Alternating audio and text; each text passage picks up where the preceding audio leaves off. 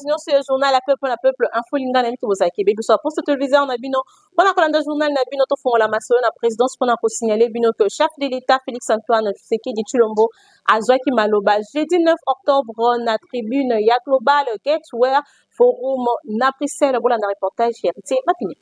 Jeudi 9 octobre 2025, na Bruxelles, capitale ya Belgique, chef de l'État Félix Antoine Tshisekedi Tshilombo azwaki maloba na tribune ya Global Gateway Forum. Chef de l'État Félix Antoine Tshisekedi Tshilombo a s'adressé directement na homologue na ye Paul Kagame oyo azalaki présent na salle pour na koluka solution na crise sécuritaire na est ya République démocratique du Congo. Alobi tozali kaka bato mibale bazali capable ya kosilisa bitumba oyo nyonso ndenge chef de l'État alobaki depuis élection na ye na 2018 atikala kozala jamais na ba intention ya koluka guerre na ba voisin na ye. Alobi azwi forum oyo lokola témoin pe mokili mobimba pona kotendre men na ye pe koluka kimia ba brave yango ezali kosenga na président Paul Kagame apesa ordre na ba troupe ya M23 oyo bazali soutenir epai ya mboka na Rwanda batika bitumba oyo ezali koboma bato ebele pamba te plus de millions de personnes bango bazali kokufa depuis bamvula ebele boye alobi histoire ekojige biso ezali ta ya kotika pe ya koluka kimia elongo na développement ndenge chef de l'État atalisaki na maloba na ye.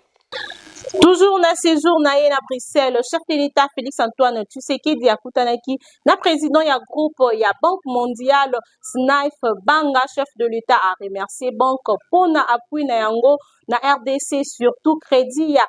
250 millions de dollars américains oyo Banque mondiale a outi ko pesa na RDC. Pour suivre journal la biso na primature pour na constater bino que Premier ministre Judith Suminwa Tuluka a représenté qui jeudi 9 octobre na kombo ya chef de l'État Félix Antoine Tshisekedi Tshilombo na ouverture ya ba travaux ya première édition ya Forum national de droits humains oyo ekozala bongo organisé na Palais du Peuple Bolanda. Premier ministre Judith Suminwa Tuluka a procédé que jeudi 9 octobre 2025 na kombo ya chef de l'État Félix Antoine Tshisekedi Tshilombo na ouverture ya misala ya première édition ya Forum national de droits humains oyo ezali organisé na Palais du Peuple. Événement oyo ezali ko marqué étape moko ya malonga na promotion pe protection ya ba droits fondamentaux na République démocratique du Congo. Na discours na chef ya gouvernement a rappelé importance ya ba droits humains pour la cohésion nationale. Protection et promotion des droits humains et ezalaki bongo na cœur ya vision ya développement pe ya cohésion nationale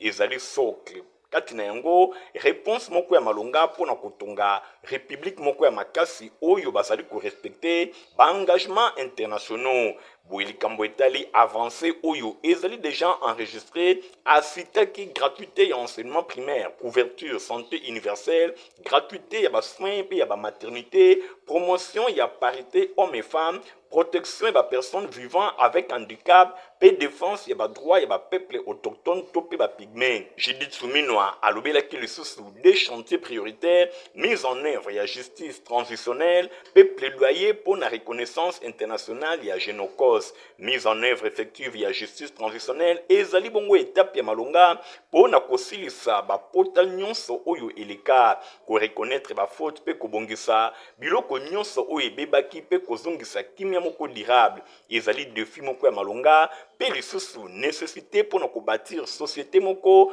oyo bazali kotosa ba droit ya ba citoyen nyonso. Na ngambo mosusu Judith Suminwa a insistaki na importance ya forum oyo ezali présenté lokola plateforme moko ya malonga ezali kosangisa bato nyonso. Forum oyo ezali kaka te espace ya dialogue ezali pe plateforme ya action ya sensibilisation pe ya responsabilisation essentielle pona ko faire avancer mboka na respect universel ya ba droit de l'homme.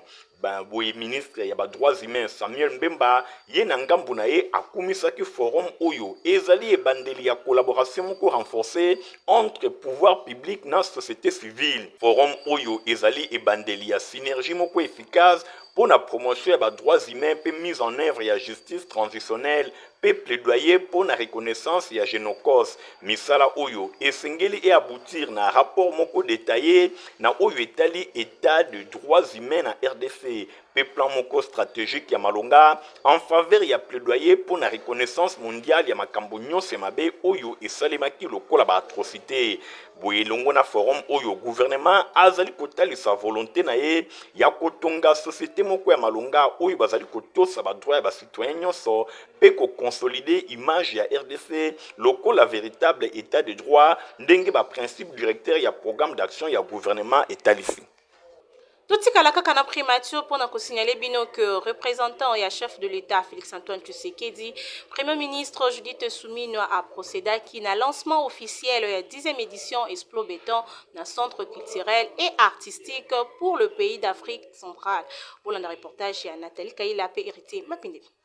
Représentant et chef de l'État Félix Antoine Tshisekedi Tshilombo, Premier ministre Judith Suminwa Tuluka a procédé à un lancement officiel de la 10e édition Expo Béton et à un centre culturel et artistique pour le pays d'Afrique centrale na Kinshasa. Ezalaki placé na thème il y a 100 milliards de dollars pour na rebâtir République démocratique du Congo post-conflit catalyseur ya transformation audacieuse pour na 21e siècle. Édition Oyo Elingi ezalabongo plateforme et engagement national et international autour ya reconstruction pe ya modernisation ya République démocratique du Congo. Na malobanaye atangaki na kombo ya président de la République, chef ya gouvernement a souligné thème oyo ezali kaka te komona ba résultat kasi ezali pe insister na nécessité ya ko convertir ba cicatrice na ba décennie ya ba conflit et uti koleka na opportunité ya renaissance nationale pe na kopesaka kimia pe reconstruction et longo na croissance durable inclusive.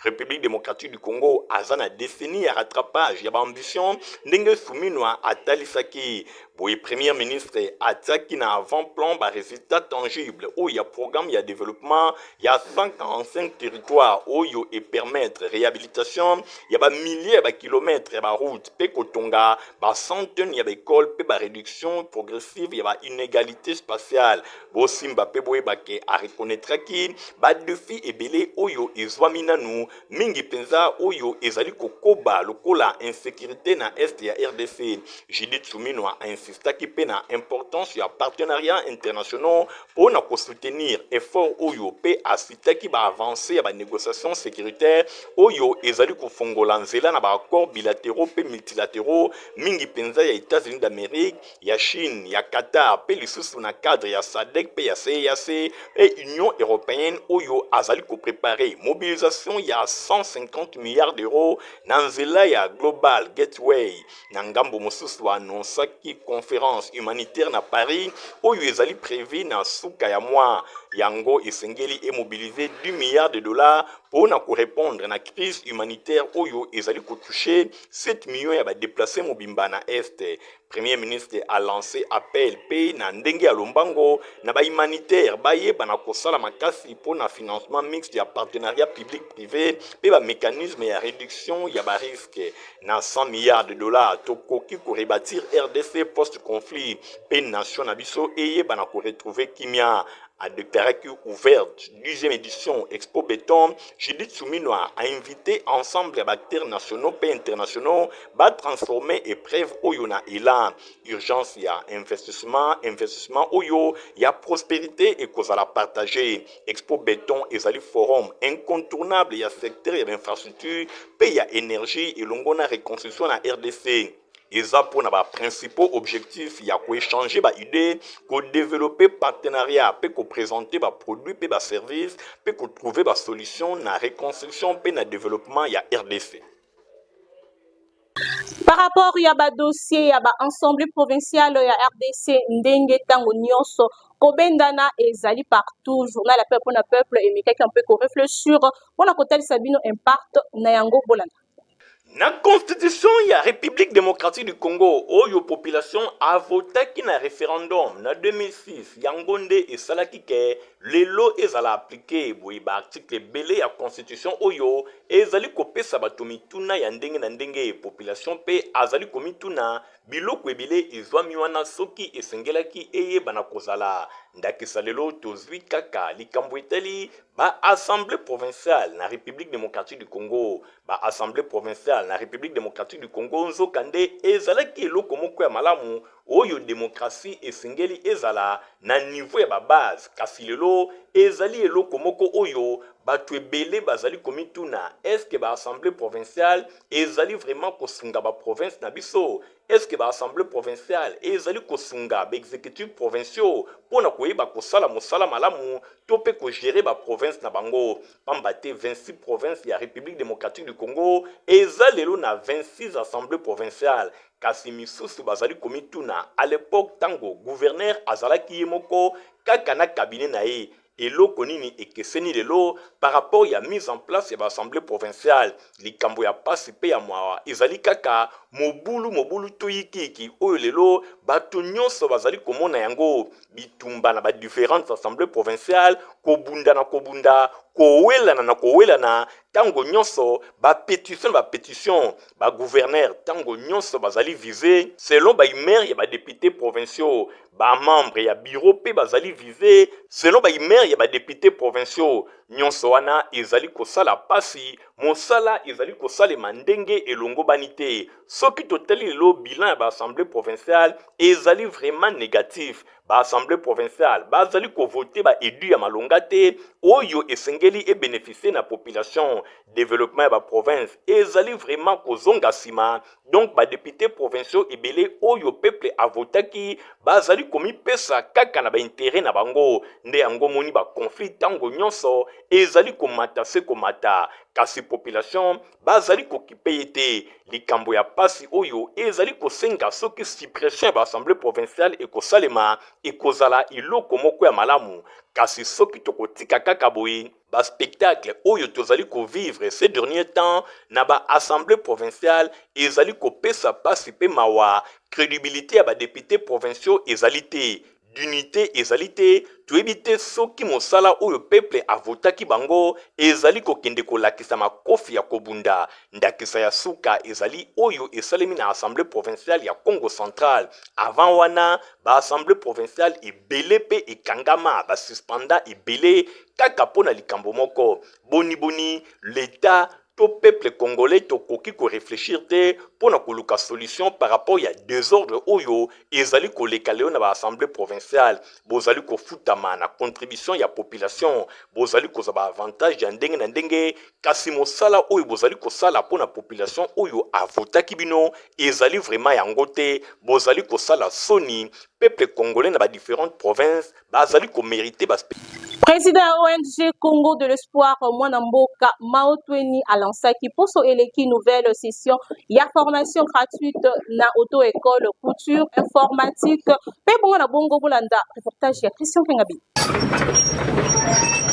Population avandi na commune ya Selembao bazali kosepela tango nyonso misala kitoko pe ya minene oyo molobeli na bango honorable Maotwene papa Selembao du les responsables azali kosala bosimba pe boye bakemikolo eleki curage ya rivière Kalamu ebandaki kosalema pona koevite ba inondation na ba quartier lokola Eradi Ngafani Ngobila Pulumbambu misala oyo esilaki te kasi ekatanaki nde honorable Maotwene a relancé yango lisusu population atondisami na esengo komona ke curage ya rivière Kalamu ezongi ata bamvula ekonoka ndenge nini ekozala pasi te pona bango bosimba pe boye bakenyonso ezalaki a cause ya baengin oyo bande kosala mosala ezwaki pan kasi na bokasi ya honorable Maotwene misala ya curage ezongi lisusu population atondisami na esengo na ndenge ya kosakana te pe bazali kosenga ke misala yango ekende tina suka na kolongwa commune ya Selembao epai wapi misala ya curage ya rivière Kalamu ezalaki relancé honorable Maotwene Elia Selembao de les responsables abengisamaki na pigeon epai wapi groupe ba mama bayaki wana bayaki koyopesa ba doléance na bango epai ya honorable Maotwene pona likambo etali ba érosion pona bango balobi soki misala esalemi te kala te bamvula ezali kozonga ekozala pasi pona bango na tina wana honorable Maotwene a promettre bango akosala nyonso pour que misala ya kobundisa ba érosion esalema enfin que bamvula e déranger bango te ndenge moko atalisi awa na quartier Madiata et puis na une partie à Minza Pigeon toyai ko visiter ba érosion et déranger bandeko et tozo senga na OVD oyo tozotravaille en collaboration azwa makambo ya baérosion ya engoma Kinshasa au sérieux soki eza na fond vraiment ya kodébloquer vraiment gouvernement central faut redébloquer ezali kotyango mpenza na balutte anti-érosif po population oyo nde batiaka biso na baplace tozali population oyo nde bavotaka biso mais soki bango nyonso baza emporté na baérosion na bainondation lobi banani bakovote biso tozosenga vraiment bozwa likambo oyo sérieux botya bambongo mpenza oyo esengeli mpona kosala baaction anti-érosif po population ya engoma mobimba Kinshasa bazwa kimia bamama mpe na ngambu na bango batondisamaki na esengo koyoka ke badoléance na bango epai ya honorable Maotwene ekwei na mabele ya kitoko mpe batalisi esengo na bango tobungisaka babiloko ebele moyolande solandi na mai bokei oyo misala kitoko ezali kokoba se kokoba honorable Maotwene azali kokanga miso te ntango nyonso azali ofure au moulin mpo na bolamu ya population oyo bavotaki Baporto déjà efungwami na ISTPK pour na inscription ya année académique 2025-2026 kota kuna na avenue Boujala numéro 29 na commune ya Kitambo référence stade Vélodrome pour la ya année académique 2025-2026 est démarré déjà na likambo eteli ba inscription na Institut supérieur technique protestant de Kinshasa ISTPK la mokuse oyo ezwami na avenue Boujala numéro 29 na commune ya Kitambo référence stade Vélodrome yoka ba nouveau diplômé pe ba nyonso bazwa ba diplôme kasi nanu okota université te ISTPK epesi bino opportunité ya koyekola ISTPK berceau ya savoir ezali koorganize bafilière oyo na licence LMD toza na science infirmière baparcours lokola soins généraux sage-femme na pédiatrie bakisa lisusu na licence LMD na biologie médicale toza na baparcours lokola technologie de laboratoire na passerelle pe master na EASI toza na biologie médicale pe santé communautaire wana ezali ba filière oyo yo okoyekola po okoma monganga monene ISTPK enseignement ya qualité ezali ya kosamba te po chaque année ba diplômé nyonso babimaka na ISTPK balukaka bango na ba marché d'emploi ISTPK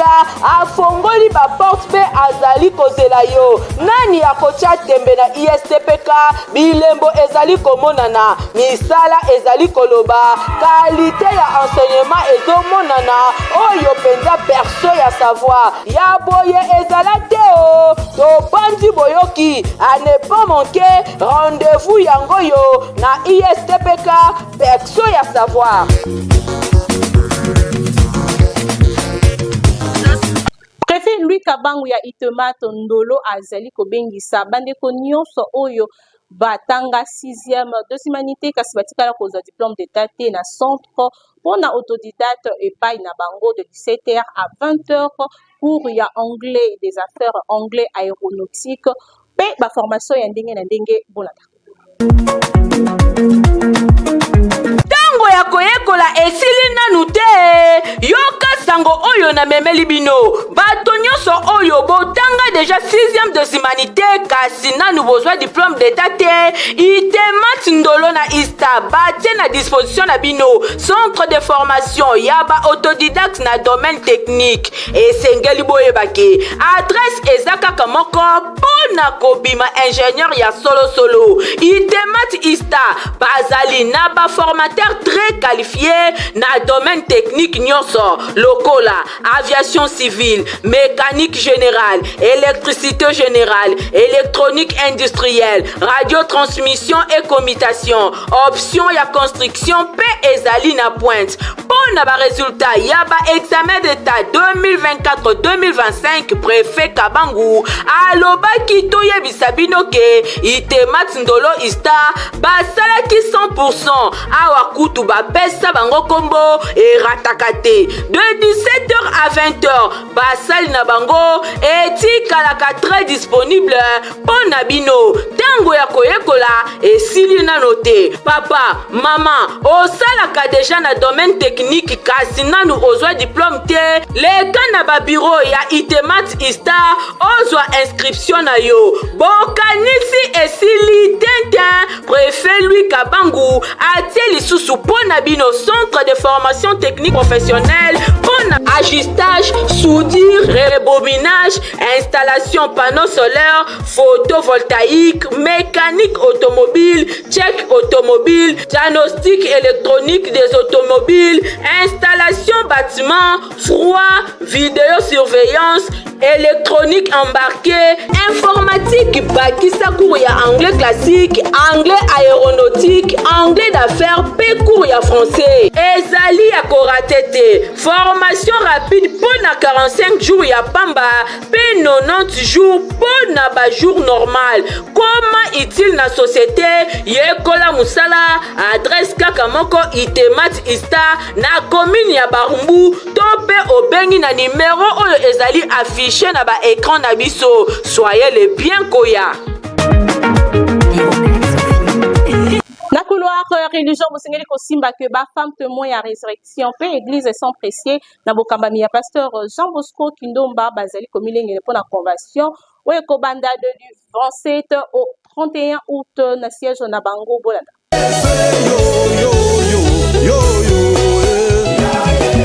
Nazo bengisa ba mama nyonso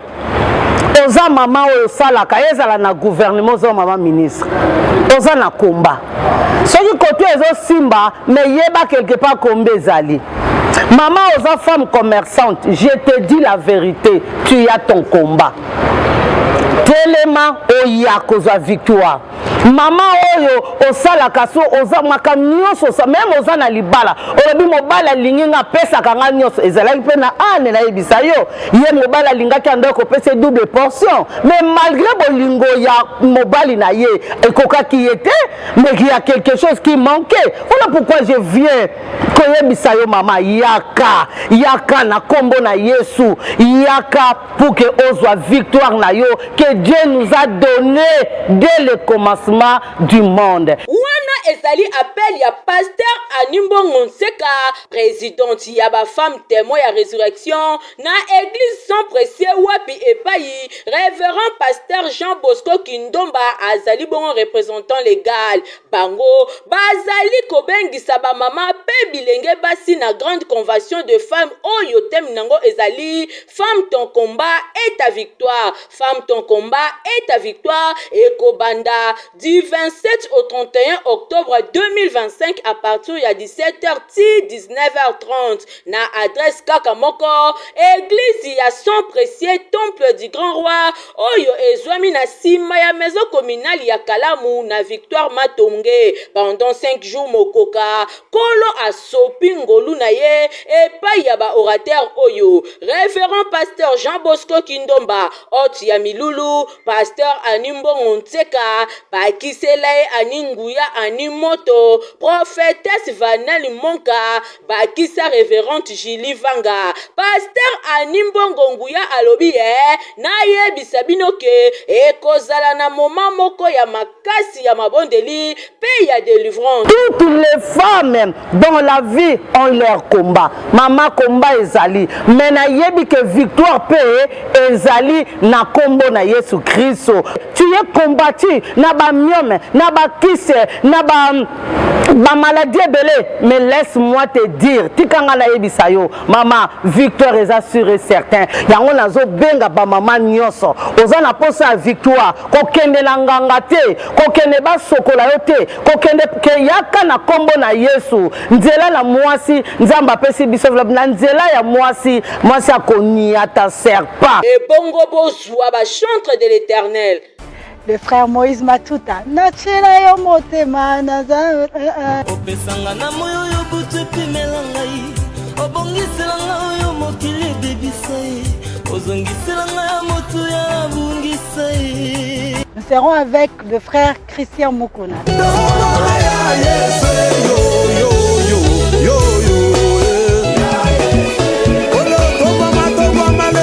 Maman Enis Manianga. Masolo na betela moto teye. Yesu yo témoignage. Masolo na betela moto te. Oh ya témoignage. Yaboye, Jaja Nazanga et Bongo yo. Kozanga teo, soyez le bien koya. Masolo na betela moto teye. Yesu yo témoignage. Na couloir religion Bosengeli Kosimba Keba.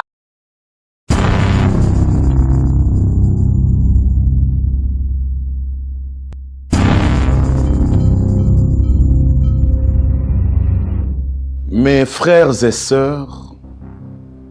congolais, vous qui êtes au pays et vous qui êtes dans les diasporas, nous avons un grand rendez-vous à ne pas rater. Le 25 octobre 2025, à 9h30, à l'église Sang Précieux de Révérend Dr Jean Bosco Kindomba.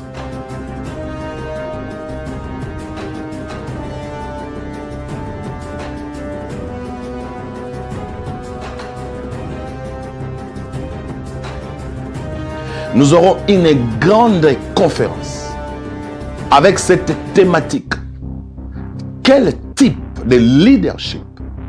pour ces temps de crise pour la restauration du Congo?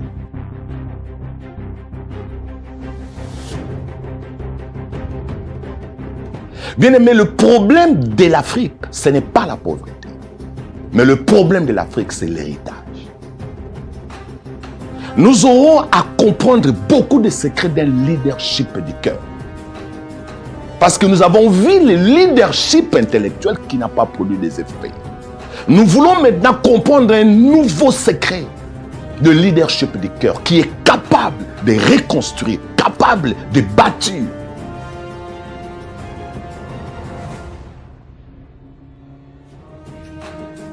Vous êtes tous invités, pasteurs, hommes politiques,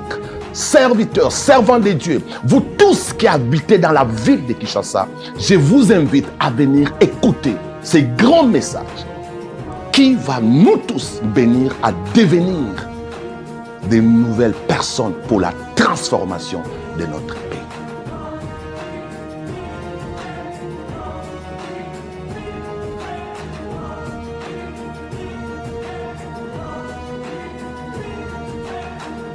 Je répète, le 25 octobre 2025 à 9h30 à l'église Sang Précieux de Révérend Dr Jean Bosco Kindomba. C'est votre bien-aimé, le Révérend Dr Nicolas Tongo. Que mon Dieu vous bénisse. Soyez tous au rendez-vous et partagez ce message.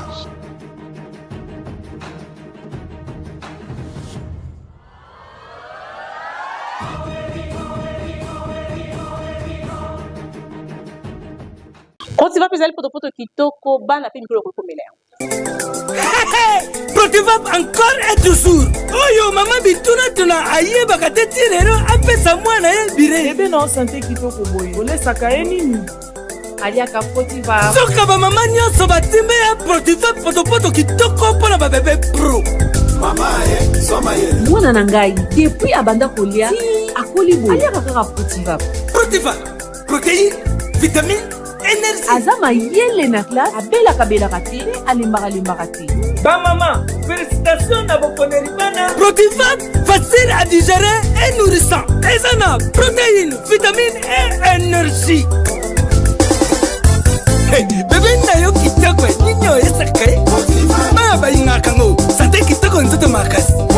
Matemi disa, mama de samana. Sukana mbimbi, ayo sukana mbimbi. Protivap.